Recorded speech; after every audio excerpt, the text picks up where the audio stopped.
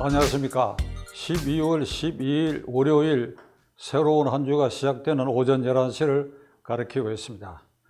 이 시간에는 이재명 대표가 장악하고 있는 대한민국 국회, 결국 이재명의 대한민국 국회가 이게 뒤집기 그리고 헌법 규정에 위반되는 행태를 보임으로써 국정을 파탄 상태로 몰고 있다. 그에 곁들여서 청담동 이른바 술자리에 대통령과 법무장관이 참석했다라고 하는 허위 뉴스, 가짜 뉴스를 폭로한 김의겸 민주당 대변인, 지금 이게 가짜 뉴스로 판명되고 경찰 수사에서도 허위하게 판명된 이 마당에 김의겸 의원의 정치 후원금 구자에 금년도 목표액을 이미 달성했다. 1억 5천만 원 달성해서 감사하다 하는 글과 함께 더 이상 모금을 중단했다. 끝냈다.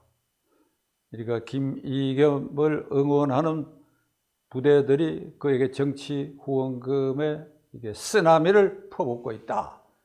자, 이 두 가지 현상이 오늘날 대한민국의 정치를 상징하는 사건이라고 저는 생각합니다. 자, 첫째, 어제 12월 11일은 일요일이었습니다. 휴일이었지요. 쉬는 날입니다. 그러니까 각자 성당, 교회, 이게 불교 사원을 찾기도 하고, 그러니까 집안 또는 친인척, 친구들의 그 혼사 같은 데도 참석하고, 저도 어제 결혼식에 참석했습니다만 쉬는 날입니다. 근데 이 쉬는 날 민주당 의원들만 모여가지고 본회의를 개회했습니다. 제1의안이 휴일인 일요일 본회의 개의한다라고 하는 것을 먼저 땅땅땅 의결하고, 두 번째 의안 행정안전부 장관 이상민 해임 건의안을 상정, 단독으로, 민주당 단독으로. 그러니까 국민의힘당은 전원이 보이콧하고 불참해버렸죠. 그래서 참석자 중에 딱 한 표의 무효표를 빼고 전원이 민주당과 그 우호정당, 정의당 몽땅 참석해가지고 한 표가 무효표고, 그래서 사실은 만장일치로 해임 건의안을 의결하였습니다. 민주당 안에는 이 일이 잘못된 것이라고 인식하는 의원들이 저는 분명히 있다고 생각합니다. 제가 지금 눈을 감고 이런 말씀을 드렸는데 분명히 있습니다. 있는데도 인사에 관한 안건은 무기명 비밀 투표를 하는데도 이게 사실상 만장일치였다. 이렇다면 현재 이 대한민국 21대 국회, 그 민주당 국회의원들 그리고 정의당 의원들, 이렇게 야당 의원들, 이게 지성이 이게 분별력, 판단력, 그리고 무기명 비밀 투표인데도 결국 이런 결과를 생산해내느냐. 허탈하고 통탄하지 않을 수가 없습니다. 허탈하고 통탄하지 않을 수가 없습니다. 이게 한국 민주주의, 이회 민주주의 현 주소인가? 이게 어제 해임 건의안을 상정해서 통과시켰다, 상정했다 하는, 이거는 순서상으로 이거는 민주당이 국민과 약속, 구체적으로는 국민의힘당과 약속을 저버린 일입니다. 순서는 어떻게 하기로 했느냐? 여야가 어떤 합의를 했느냐? 이른바 이태원 헬로윈 사건에 대한 국정조사를 예산안 통과시일인 12월 2일 이미 넘겨버렸죠. 12월 2일에 예산안 처리를 하고 그리고 국정조사에 들어간다. 이렇게 합의를 했습니다. 그럼 행정안전부 장관 이상민 장관은 국정조사를 하게 되면 행정안전부의 최고 고위 인사로서 그 예하의 경찰 소방본부 등에 대한 국정감사의 최고 대상자입니다. 그러니까 국정감사를 해서 책임의 깊이와 범위 높낮이를 결정하고 난 다음에 그리고 장관의 책임을 물을 단계라야 이게 순서가 맞는 일입니다. 그리고 이상민 장관은 최근에 분명히 얘기를 했어요. 이게 소란스럽고 혼란스러운 일이 생겼는데 내가 그 자리를 끝까지 지키느냐? 아니다. 난 책임을 진다 하는 말을 누누이 한 바가 있습니다. 그러면 그 사람을 앉혀놓고 국정조사를 해야 되는데 이게 이렇게 순서를 뒤바꾼 이유는 이재명 대표의 지시입니다. 원내대표부에 대해서. 그리고 박홍근 원내대표를 비롯한 원내대표단과 상임위원장단은 적어도 여야가 합의한 이 순서를 지켜야 된다고 생각했으리라고 저는 믿습니다. 그냥 믿는 게 아니라 분명히 그런 생각을 하고 있었다. 왜 그런가 하니까 그게 순서에 맞는 일이다.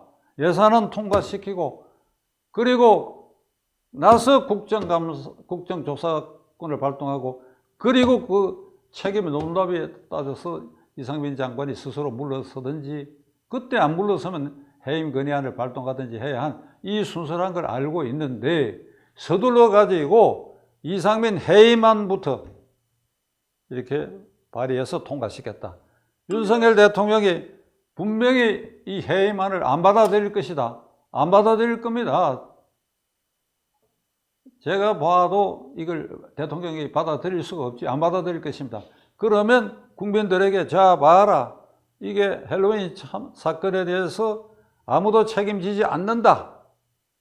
그러니까 이제 탄핵 발의 쪽으로 이렇게 가는 이게 아주 그러니까 시끄럽고 혼란스럽게 하고 그저께는 이태원 사고에 죽은 주로 젊은 생명들 그 유가족들이 모여가지고 울며 불며 기자회견하는 장면 여러분 아마 보셨을 것입니다. 그런데 이태원 사고와 세월호 참사하고는 성격이 전혀 다릅니다. 시청자 여러분들은 아마 저의 생각에 동의하실지 어떨지는 궁금합니다만 왜 다른가 하면 세월호 참사는 간단히 얘기를 하면 그 살인죄예요. 살인죄. 배 선실에 있는 어린 학생들에게 선장이 마이크를 통해서 문을 열고 밖에 나오지 말라고 했어. 그 안에 기다리라고 그랬어. 기다리다가 배가 까졌어. 그러니까 일부는 이제 밖으로 나와가지고 이 배 밖으로 이게 바다에 떨어졌는데 그때 해경이 와가지고 200여 명은 구출했고 300명 그 안에 갇혀 있다가 죽었으니까 이거는 미필적 고의에 의한 살인죄예요. 그 처벌은 업무상 과실치사로 처벌을 받았습니다만 이건 살인사건이에요. 이태원 사건은 그와 전혀 다릅니다. 그렇지 않습니까? 그게. 그러니까 왜 그날 그렇게 많이 모이는 걸 예견을 하고 경찰이나 소방대가 가서 이걸 왜 뜯어말리지 않았느냐? 이런 거죠. 그리고 그 지휘 책임이 어떤 것이냐? 이거는 세월호와 전혀 다르게 이렇게 판단을 해야 됩니다. 누구는 이렇게 얘기를 하고 있습니다. 어떤 잘 알려진 평론가는. 그래, 그런 것을 예견을 하고 그 근처에 출입을 완전히 통제했다. 경찰이. 그러면 식당이고 가게에서 난리가 나지요. 이게 왜 사람들 들어오는 걸 막느냐? 그러면 야당은 대부분의 이 경찰 국가다 이럴 거 아닙니까?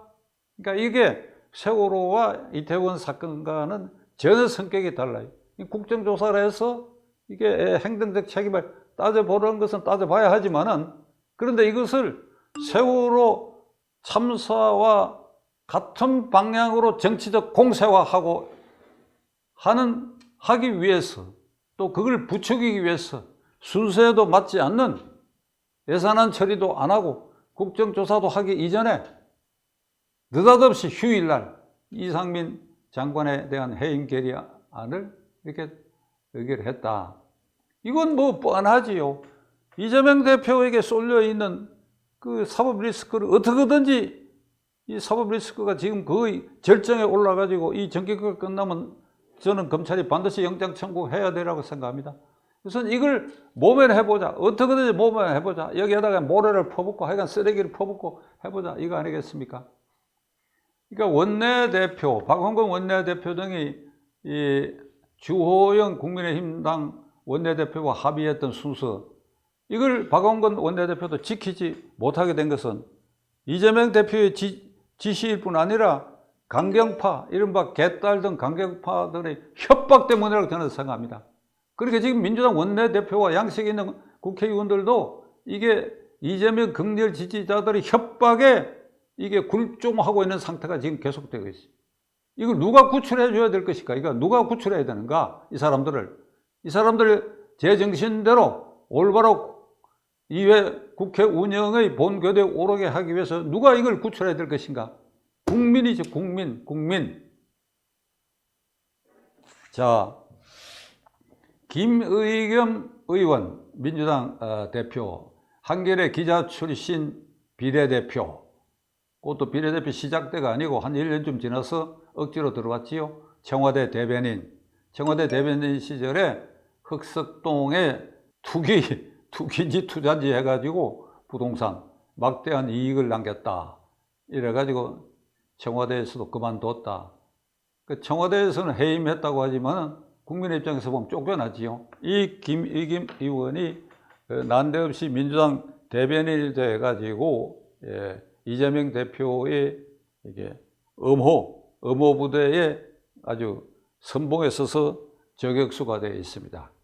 청담동 술자리 파티, 거기에 새벽에 대통령과 한동훈 법무장관이 변호사 30명과 집단으로 흥청망청 술 처먹고 노래 부르고 그랬다. 이 국회에서 이게 폭로를 했어요. 전부 가짜라는 게 다 판명됐습니다. 그런데 뭐라고 얘기하느냐? 내가 다시 그 시간으로 돌아가도 질문을 할 수밖에 없다. 그 한동훈 장관이 민사소송, 명예훼손에 따르는 손해배상 10억 원을 청구하고 이제 고소까지 했지요. 그에 대해서 이렇게 얘기하고 있습니다. 내가 단순히 국회의원의 직무에 따라서 질문만 했을 뿐인데 10억이 웬 말이냐? 질문만 했는데 왜 10억이나 나한테 씌우려고 하느냐? 지금 그러면서 나는 계속해서 옳고 그른지를 따지겠다. 민사법정에서, 형사법정에서 계속 따지겠다. 이러는 사이에 지난 주말에 김의겸 의원의 정치자금 후원 구자에 금년도 목표액 1억 5천만 원이 순식간에 1억 5천만 원이 다 차버렸어. 작년에 이 사람이 9천만 원을 작년 1년 동안 모았다고 그럽니다.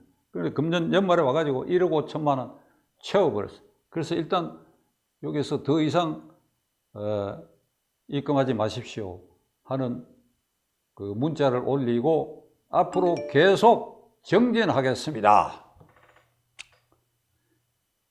김의겸 의원이 어젠가 또 뭐 기자들에게 얘기하는 그 화면의 그 표정을 보니까 기가 펄펄 살아있어. 아주 자신만만한 태도야.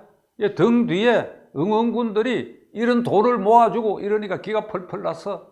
형사사건, 민사사건 그건 재판에 시간도 걸리고 그게 문제가 아니고 당장 내 응원군이 있다. 이 응원군이 누구겠어요? 이재명 극렬 지지자들, 이른바 개딸 등을 포함한 그런 극렬 지지분자들 아니겠습니까? 이런 일이 벌어지고 있다. 이런 김의겸 의원에 대해서 이런 강경파들이 정치 자금을 모아서 쓰나미처럼 퍼붓고 있다. 그래서 기가 펄펄 살아있다. 그래서 계속해서 국회 의정을 혼란시킬 것이다. 여기서 오늘 이 주제에 대해서 이재명의 대한민국 국회다. 이게 국민의 국회가 아니다. 이게 이재명의 국회다. 마음대로 분탕질을 한다. 약속도, 헌법적 약속도 다 하루아침에 찢어 발겨버리고, 그리고 그 앞장선 공격수에 대해서는 터무니없는 짓을 하고 국회의 본부를 망각한 자에 대해서도 이렇게 쓰나미처럼 정치 후원금이 모여야 된다. 이 국회, 그리고 이 국회가 자리 잡고 있는 오늘의 대한민국, 우리 국민, 이거 어찌 해야 됩니까, 이게? 우선 저는 이런 생각을 하게 됩니다. 이재명 대표나 이 168명 국회의원을 포함하고, 물론 그 중에는 김의겸 의원을 포함해가지고, 이 사람들의 교양 수준이 어떤 것인가 의심할 수밖에 없어요. 교양 수준이 무슨 법률을 많이 알고 뭐 역사 철학 지식이 많다 이게 아니고 교양 수준, 사리 분별력, 무엇이 옳고 그르고 하는 거. 김의겸 의원이 한 말, 옳고 그름을 앞으로 밝히겠다고 하는데 이 시점에 있어서 무엇이 옳고 그르고 하는 거, 그건 다 분별력이 있을 사람들인데 이런 짓들을 하고 있다. 그리고 이런 짓들을 해서 국회를 이렇게 망가뜨려야 내 사법 리스크도 이렇게 둔화시킬 수 있는 틈새가 생긴다라고 생각하고 있는 이재명이라는 사람, 거기에 빌붙어서 정치훈금 쓰나비에 희희낙낙하는 김의겸과 같은 이런 무리들 깨 부숴버려야 되겠지요. 시청자 여러분, 결론 내리겠습니다. 늘상 하는 소리지만 어쩔 수 없이 이 모든 건 국민의 책임입니다. 국민의 책임. 한번 생각해 보십시오. 지금 이재명의 대한민국 국회, 그가 휘두르는 이 국회가 언제 구성됐습니까? 2년 반 전에 구성됐습니다. 2년 반 전에. 2년 반 전에 어느 하루의 여론조사에서 약 170석 가까이 과반수 이상을 확보한 겁니다. 저는 늘 말씀드리지만 선거는 어느 하루의 여론조사라고 말씀드린 바가 있습니다만, 그러니까 2년 반 전에 민심의 심판을 받은 그 낡은 국회 권력을 가지고 6개월 전에 심판받은 윤석열 정권의 이 새로운 정권에 대해서 그 휘하의 이 여당에 대해서 이렇게 국회를 짓밟고, 이거는 헌법 취지에, 그리고 국회 본연의 임무에, 그리고 정당의 헌법 8조 의무조항에, 그리고 국회의원이 국가이익을 우선해 양심에 따라 직무를 해간다는 헌법 46조, 이게 전부 복합적으로 다 위반되는 행위를 우리는 지금 보고 있습니다. 국민이 나서야지요. 국민이 나서서 부당한 일들에 대한 언론 보도에서는 댓글도 올리고, 그런 지표가 있으면 가서 힘을 모아주고, 이렇게 해서 우리가 바로잡을 수밖에 없습니다. 바로잡을 수밖에 없습니다. 끝까지 시청해 주셔서 감사합니다.